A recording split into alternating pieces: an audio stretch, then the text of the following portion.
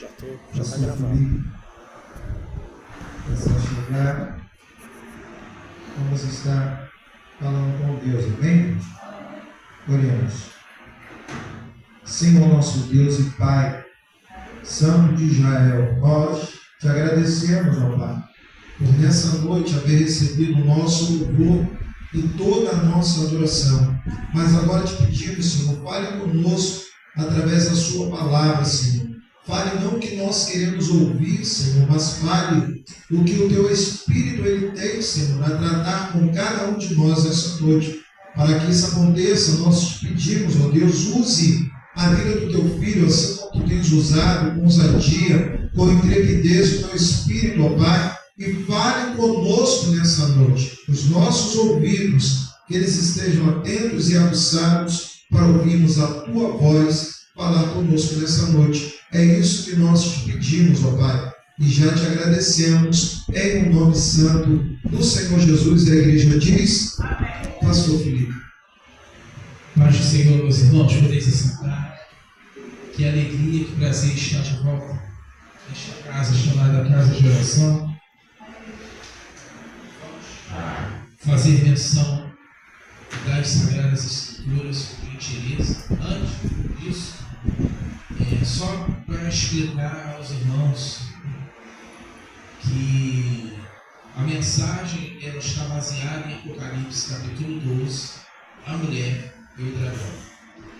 E quando nós estudamos esse capítulo, a mulher e o dragão, ela na verdade é a explicação do capítulo 13. É a explicação do capítulo 13. E o que fala no capítulo 13? O capítulo 13, ela fala de uma besta que emerge do mar e uma besta que emerge da terra. Falando de eventos do futuro, eventos escatológicos. Essa besta que emerge do mar é um grande líder que terá todo o poder religioso aqui nessa terra. O poder religioso. E a besta que emerge da terra é um outro ser que terá o poder político. Sendo que esses dois poderes eles pertencem a um só sistema. O sistema de um personagem também que se apresentará na Terra, aparecerá na Terra, o anticristo. Ele dominará, junto com o falso profeta, esse sistema político e religioso. Então é isso que irá acontecer. Então vai chegar um certo momento desse sistema que ele vai perseguir ferozmente aqueles que não se dobrarem ao sistema. Sendo que muitos que pregam nesse texto 13, eles pensam que a força total, o foco central do capítulo 13 é para falar do anticristo, e não é. Embora ele está ali, o capítulo 13, ele está fazendo menção desse personagem futurista. Esse personagem escatológico. Esse personagem escatológico que irá aparecer. Mas não é sobre ele o texto, o 13. Tampouco da sua marca. Não é. Não é sobre isso. Aonde que está o foco do capítulo 13? Está no capítulo 12, que eu vou ler em poucas palavras, porque nós já estamos com os nossos horários avançados, e nós não vamos fazer com que os irmãos saiam aqui depois do horário que já é previsto aqui da igreja. Então diz assim, que esse aqui é o foco do 13, é a explicação do 13. Veja bem, e viu-se um grande sinal do céu. Também é uma coisa que nós temos que prestar atenção. Esse livro do Apocalipse, ele tem muitas figuras de linguagem também. Ele trabalha muito com as figuras de linguagem. Então diz assim: e viu-se um grande sinal no céu, uma mulher vestida de sol, com a lua debaixo dos pés e uma coroa de 12 estrelas na cabeça. Ou seja, não está falando de algo formoso, digamos assim. A mulher estava grávida e gritava com dores de parto, sofrendo tormentos para dar à luz. E viu-se também outro sinal no céu, e eis que um dragão, grande e vermelho, com 7 cabeças e 10 chifres, e nas cabeças 7 diademas, e a sua cauda arrastou terça parte das estrelas do céu, as quais lançou para a terra. E o dragão se deteve diante da mulher que estava para dar à luz, a fim de devorar o filho dela quando nascesse. Aqui não é sobre um dragão, né, literalmente falando, e uma mulher que não é nada disso. Só o texto já nos explica quem é esse dragão, que é Satanás. Estão caminhando comigo? Esse dragão não é um dragão qualquer. O apóstolo João está tendo uma revelação, uma visão de Satanás sendo expulso dos céus. Amém, meus irmãos? Então vamos lá. Ela deu à luz a um filho, homem que há de governar todas as nações com o cetro de ferro. E o filho da mulher foi arrebatado para junto de Deus do seu trono. Veja bem.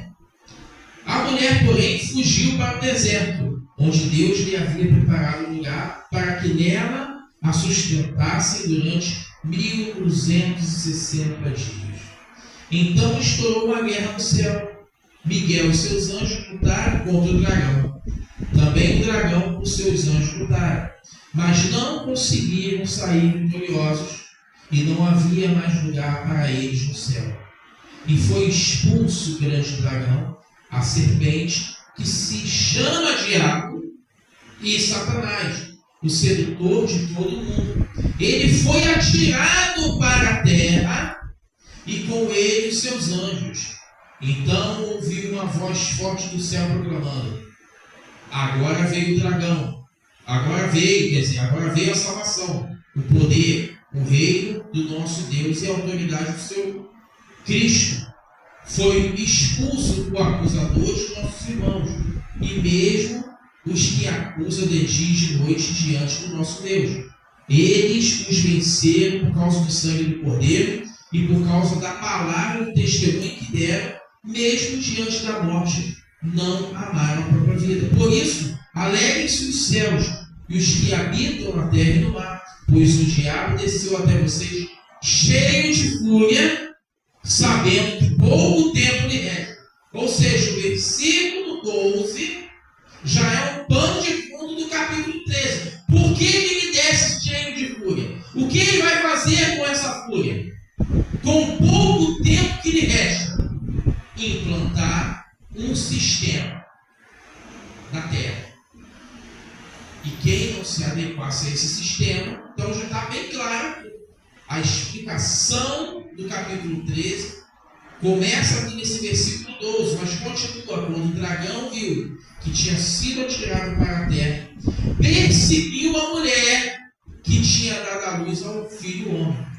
Mas foram dadas à mulher as 2 asas de grande águia para que voasse para o deserto, para o seu lugar, e ali aonde é sustentado durante um tempo e metade de um tempo. Veja bem, está tudo bem. Está vendo como é que o capítulo 13 já começa se desenhando no 12? 16. E a terra, porém, socorreu a mulher, abriu a sua boca e engoliu o rio, e o dragão tinha lançado a sua boca. O dragão ficou irado com a mulher e foi travar uma guerra, olha só, com o restante da descendência dela, ou seja, os que guardam os mandamentos de Deus e têm o testemunho de Jesus. E o dragão se pôs em pé sobre a areia do mar. Depois dessa visão, aí no 13, versículo, que nós não faremos menção dele, no versículo 1, diz: e vi energia no mar. Aí já começa. Resultado dessa fúria. Resultado dessa ira. Agora nós vamos, em poucas palavras, não vou nem usar aqui os bolsos. Vamos aqui falar em poucas palavras o que nós temos. João vê a visão de uma mulher vestida de sol, com a lã debaixo dos seus pés, a coroa e 12 estrelas na cabeça. Quem é esta mulher? Esta mulher é Israel, a nação de Israel. Por que a nação de Israel? Porque o Messias viria de lá. O Messias viria de lá. Gênesis capítulo 3, que é o capítulo que fala sobre a queda, existe uma declaração ali, existe uma sentença para a serpente. Essa serpente, que é o mesmo dragão que está aqui. Existe uma sentença para este ser, que alguém nasceria que pisaria a sua cabeça. Então, o que este ser passa a fazer diurnamente, dia e noite, durante séculos, durante gerações, perseguir esta mulher. Para quê? Para que esse que um dia vai pisar na sua cabeça, iria pisar na sua cabeça, não nascesse. Então, a partir daquele momento, este dragão, ele passa a perseguir ferozmente esta nação. Para quê? Para que o Messias não viesse a nascer. Então, por isso você vê vários levantes. Mas vários levantes. Você vê esse povo o tempo todo sendo escravizado. Você vê o tempo todo uma perseguição basicamente de todos contra um. E Deus sempre com este povo. E quando eles desobedeciam, saíam dos propósitos de Deus, Deus os penalizava de uma tal forma. Para quê? Porque Deus não queria abençoar, porque Deus desprezou por causa de um momento de desobediência. Não. É porque aquele povo precisaria voltar para o centro da vontade de Deus. Porque no mundo espiritual havia alguém que queria destruir não somente a nação, fisicamente falando, mas toda a humanidade. Mas aquele que iria salvar, viria de lá. Então, vamos matar. Não sabemos de onde vai vir, não sabemos. Então, vamos perseguir toda a nação. Então, esse primeiro momento aqui, o capítulo 12, está nos mostrando o seguinte. Existe uma profecia contra este ser. E ele queria paralisar o plano de Deus, impedindo que o Messias nascesse. E como ele vai impedir que isso acontecesse? Perseguindo o povo de Deus. Sendo que todas as tentativas de Satanás para interromper esse propósito falhou. Ele não conseguiu. Vários levantes aconteceram. O povo não foi destruído. Profetas foram perseguidos, foram maltratados, foram mortos por pregar a palavra de Deus. Mas o propósito de Deus continuou de pé.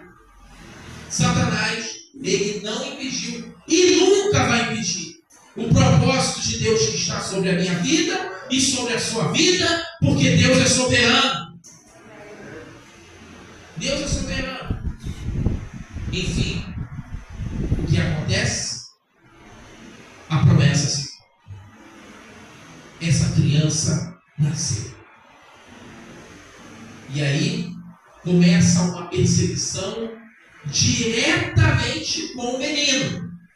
Por quê? porque seria ele que iria esmagar a sua cabeça.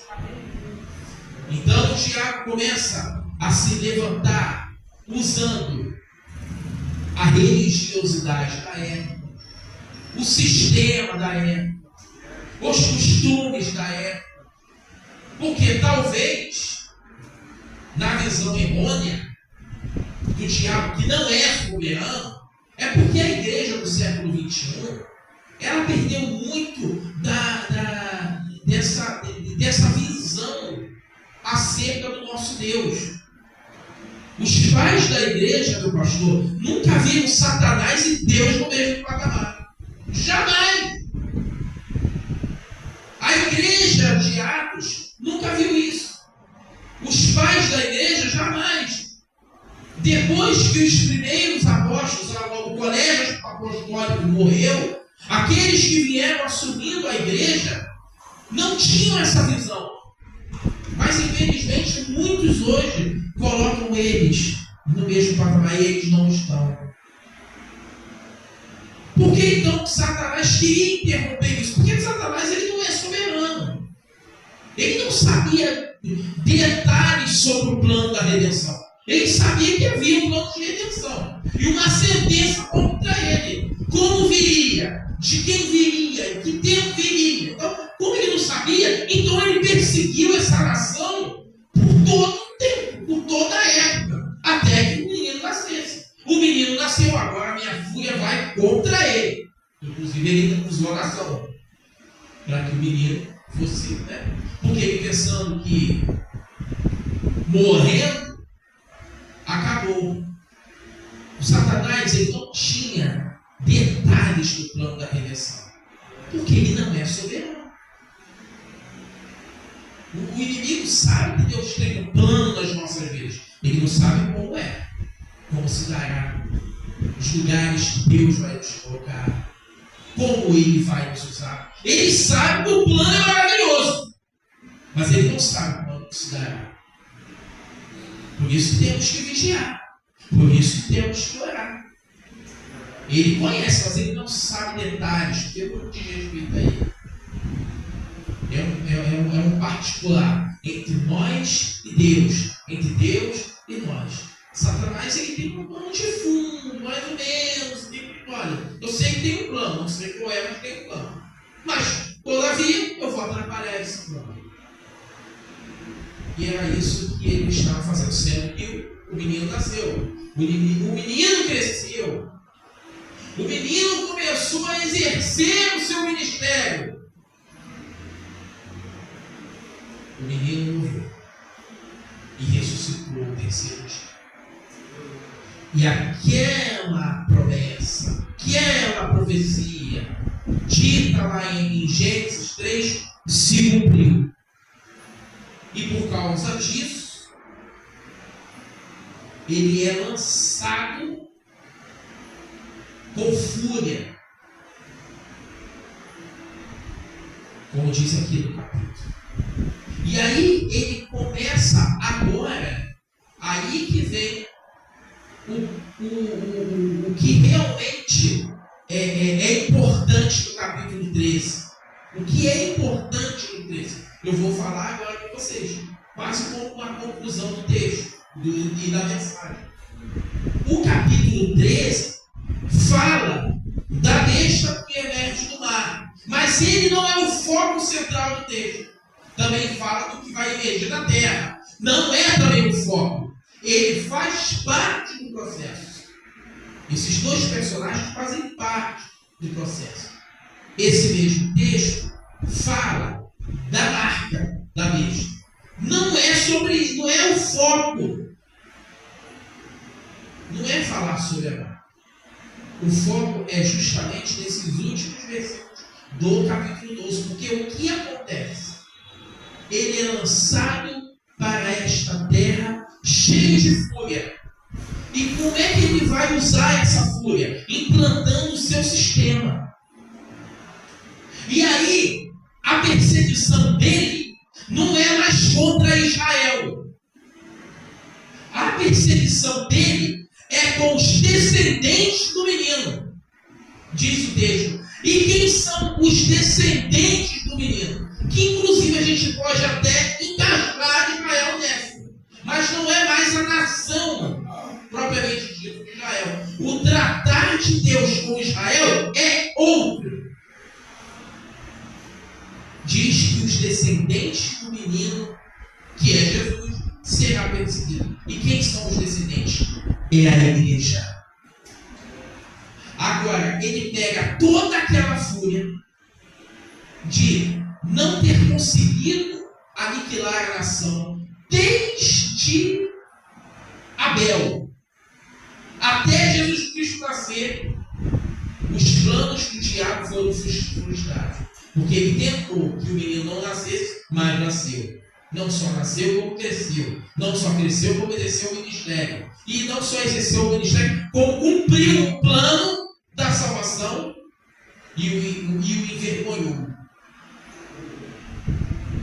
perante a cruz através da sua ressurreição. Então, uma ira, uma fúria. E esta nação, ou melhor, não a nação, este ministério de Jesus, com a escolha dos 12 apóstolos, que viraram 70, que viraram 120, e com a descida do Espírito Santo, vira 3.000, 5.000, 7.000, e está até hoje. Esses são os descendentes que nasceram no plano da redenção. Então agora a fúria de Satanás, porque ele falta pouco tempo pouco tempo para atuar, para ter esse sistema em mãos. Então o que ele faz? Ele pega toda essa fúria, ele pega toda essa ira e joga em quem? Na igreja, nos descendentes do Filho de Deus. E é aí o foco principal do capítulo 13. Porque no capítulo 13 vai falar de um povo que vai enfrentar o sistema. O sistema da besta do mar, que vai dizer: não, você não é Deus. Deus é o Senhor. Você não é o Messias. O Messias já veio, já ressuscitou. E um dia vai nos buscar. Virá nos buscar. Então eles estão perseverando contra o líder religioso e o líder político. Porque ele vai implementar. Se vocês não fizerem, não acontecerem, não vai comer, não vai beber, não vai vender, não vai trocar, não vai nada. E eles estão tudo bem. Então eles vão resistir àquela investida política, cultural, espiritual, em nome do Senhor. E com isso, para esses que vão estar vivendo aquele momento, eles vão ser atribulados. Eles vão provar da fúria deste Senhor. Então, o capítulo 13, o foco do 13, não é besta, não é marca, é perseverança. Então você está vendo como a igreja, de fato, de verdade, tem que voltar rápido para os seus princípios. Abraçar de fato, de verdade, né, o plano de Deus. Porque nós somos uma igreja que preserva, que persevera.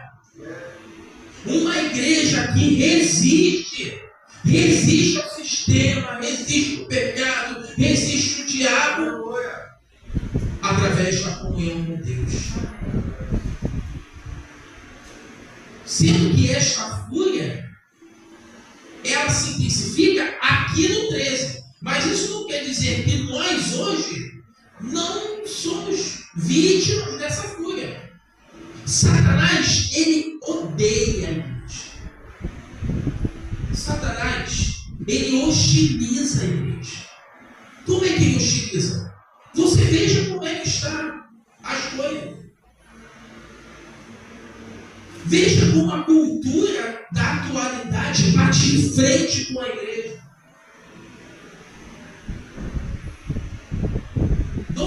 pedir para vocês assistirem, mas busque saber o que as programações, principalmente das questões de novelas, têm ensinado. São coisas que confrontam assim, declaradamente. E agora até mudou o foco, porque há 20, 30 anos atrás, até em novelas, principalmente, colocava quando tinha personagem crente, colocava aquele cara fanático, todo fechadão, analfabeto. Não era assim. Eles desdenhavam da fé cristã. Hoje em dia não. Hoje em dia você vê personagens evangélicos que se dão por diversas culturas. Pessoas que odeiam a família, que estão constituindo novas famílias, não num estilo tradicional de família, mas outros tipos de família que estão se pregando, e o pastor caminhando lado a lado, achando normal, achando tranquilo. Nós não somos preconceituosos, nós não somos isso, nós não somos aquilo. Você pode ver.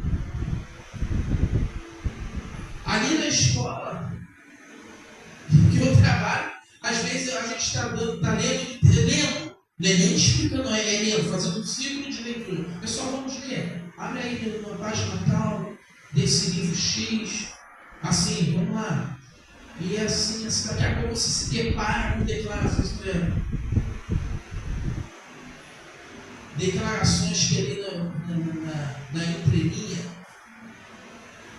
está enxovalhando a obra de Deus, a igreja. Crianças de hoje que têm 10, 11, 12 anos, que se aterá Jesus Cristo quando voltar, daqui a 10 anos terá 23, 24, 25 anos. Uma geração que está aprendendo hoje que não existe evangelho, que ser crente é ser alienado, é ser preconceituoso, é não respeitar quem é diferente, é não saber dialogar. É tudo isso que eles ensinam para eles, a não ser outros tipos de crentes. Não, eles são mais progressistas. Com os progressistas a gente pode conversar. Com esses aqui, não. E aí eles colocam até no bojo de partidos políticos, de uma figura política, que não tem nada a ver. Até porque essa figura política nem crente é também. Abraça alguns ideais da fé cristã, mas não é crente. Não se converteu, não se batizou. Embora outros tipos de determinadas igrejas, como a ceia, é recebido no altar. Prega, uma coisa que ele não sabe discernir, sabe? Entender, não, cara, atende, tá? Vamos até voltar, tá? Atende, porque é a favor da família, é a favor de... Mas também não chega, olha, se converter. Só falta isso em você. Se converter. Não, acha que está tudo legal. E aí já nos coloca como seguidores fanáticos dessa pessoa. Como se eles não fossem também seguidores fanáticos da outra pessoa. Então também. Enfim, eles pensam o que quiser. Nós aqui não podemos omitir dar a nossa opinião, porque aí nós somos tudo que eles querem nos chamar. O adjetivo que eles quiserem dar para nós, nós somos. Aí, pô, está legal, tudo bem. Mas isso já é um ensaio, irmãos, do que será isso que vai acontecer no capítulo 13. Isso já é um ensaio. Satanás, o anticristo, ele não vai hostilizar a igreja. Ele já hostiliza. Lá ele vai hostilizar na sua completude. Porque aquele tempo vai ser um tempo que Deus vai permitir que ele tenha uma atuação 100% sem a intromissão de nada, nem do próprio Deus. É um tempo que vai ser dado a ele, para ele atuar daquela forma. Por enquanto não. Nós vivemos a era da pregação do Evangelho, a era da igreja. E na era da igreja é a era da propagação do Evangelho. E nesse período que é a era da propagação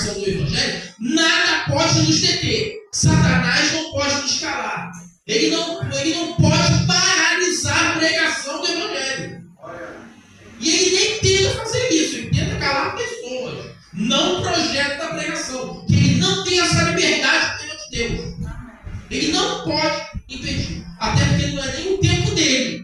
Ele pode ter um outro tipo de atuação, de exercício, mas não completo. Sendo que, dito isso, ele já hostiliza a igreja. Ele já odeia a igreja. Ele já persegue a igreja. A partir do momento que você chega na sua casa, que é o seu direito, você chega para descansar, você liga a sua televisão e se depara com esse tipo de coisa, você está sendo hostilizado. Quando você chega e diz que pertence a uma família tradicional, eles hostilizam você. Eles perseguem você. Então vocês estão vendo, resumindo, a responsabilidade de ser chamada igreja é muito grande. Então está o tempo da igreja de fato e de verdade. Igreja que eu falo no geral. Se posicionar. Orar. Se posicionar. Porque se por um lado a igreja se posiciona, por outro, existe alguém que já está utilizando a igreja. Porque se não estivesse utilizando a igreja, a gente não veria anos atrás, com todo respeito aos que estão aqui, um homem nu, deitado no chão, e uma criança pequena, que você viu lá em São Paulo, no teatro, né? E a criança tocando. E as pessoas dizem, coisa linda, é cultura. Isso é cultural, isso daí é. Que coisa maravilhosa, coisa linda. Isso é uma forma de hostilizar eu e você. Como é que a igreja é hostilizada? É quando você prega a favor da vida, contra o amor. Quando o mundo todo já se debruçou. Diz que legal. Meu corpo, minhas regras. E está tudo certo. E a igreja diz não. Nós somos a favor da preservação da vida. Eles não querem nem te ouvir. Talvez você tenha 1 milhão de argumentos, até científicos, inclusive. Não é nem Bíblia. Talvez você tenha até argumentos científicos, mas é como se você não tivesse. Eles chegam e desfaz. Totalmente. Mas por quê? Porque são pensamentos diferentes. Não é não, gente. Não é porque eu sou de direita e ele é da esquerda. Você pensa que é por causa disso? Não, definitivamente você pensa que é por causa disso. Não é não. É porque Satanás já está hostilizando a igreja. Sendo que como nós estamos vivendo no tempo da pregação do Evangelho, ele não vai conseguir calar. Então, irmãos, saia daqui nesta noite, como você já tem saído todas as noites que vem para a igreja, com certeza, os pastores dessa igreja pregam isso o tempo todo. Nós conhecemos durante o ano, sabemos da capacidade, das experiências, da vida com Deus que os pastores dessa igreja têm. Saia daqui todas as noites, não essa noite, todas as noites que vocês vierem para cá, terça, quinta, domingo, todas as noites, com aquela certeza: eu pertenço à igreja do Senhor Jesus Cristo. Eu sou afligido, eu sou confrontado. Satanás tenta calar a minha boca, mas ele não vai calar, porque as portas do inferno não prevalecerão contra mim e sua igreja. Ninguém vai me deter, vai me paralisar, porque é tempo da propagação do Evangelho, e essa propagação diz respeito a mim. A minha incumbência é essa. Começou com Paulo, com Pedro, com Tiago e João e continua comigo, porque é a mesma igreja. Até isso é dentro do século XX. Meu Deus, a igreja primitiva, tudo bem, tinha tudo aquilo, está na Bíblia. Até sombra, Biporã tinha. Não tinha. Tem. Porque é a mesma coisa. Embora a igreja de século XXI ache que não é. A igreja de Paulo era tremenda, mas não é a mesma igreja de Paulo. Pensei que é. Eu não pensei. É a mesma igreja. Com a diferença que aquela era do século I. A nossa é do século XX. Só mudou a vestimenta, a indumentária, os costumes, a tecnologia, essas coisas mudaram, evidentemente. Não somos nenhum alienado. Mas os princípios básicos de fé são as mesmas. Ou pelo menos deveria ser. Para a igreja progressista, infelizmente não é, né? Porque lá nas igrejas por viés progressista, a Bíblia não é nem a palavra de Deus, só contém a palavra. Ou seja, algumas coisas é Deus, outras coisas é o homem, outras coisas é figurativo, outras coisas Moisés não existiu. Veja bem isso. Eu já assisti uma palestra de viés progressista. Eu fui lá, não sabia que era progressista. Quando cheguei lá, me decepcionei, porque era progressista. Vou embora. Tanto que eu até tenho realmente estou embora. Eu não estou indo, estou indo, eu não vou ficar ouvindo. Não dá para mim, infelizmente, tenho esse tempo para ouvir. Principalmente as mesmas. Abraão não existiu, Moisés não existiu. Então o que é isso? Estou fazendo papel de palhaço? De carregar algo que nada que existiu? Então o que existiu? Se Abraão não existiu, nós já não temos aqui alguém que nós chamamos de pai da fé. Não existiu. Moisés também não existiu. Porque as leis, Moisés. Elias também não existiu. Profeta. Então, o que existiu então? Será que Jesus existiu? E se existiu, será que foi filho de Deus? Ou foi um homem que casou e foi para a Índia? Então, para ouvir essas asneiras, sinceramente, prefiro jejuar, orar, ficar em casa. Prefiro jejuar, orar, meditar na Bíblia em casa, vir nos nossos cultos aqui. Agora, coisa linda. Só caminho, verdade e vida que a gente escutar o tempo. Então, meus irmãos, permanecermos firmes. Porque, se por um lado existe um ser que está furioso conosco, por um outro existe Deus Todo-Poderoso que nos habilitou a fazer isso. E a Bíblia é bem clara quando diz: as demais coisas vos serão acrescentadas, se priorizarmos o Rei. Amém, meus irmãos? Deus te abençoe rique e abundantemente. Obrigado, pastor. Deus te abençoe. Abençoe esse ministério lindo e maravilhoso.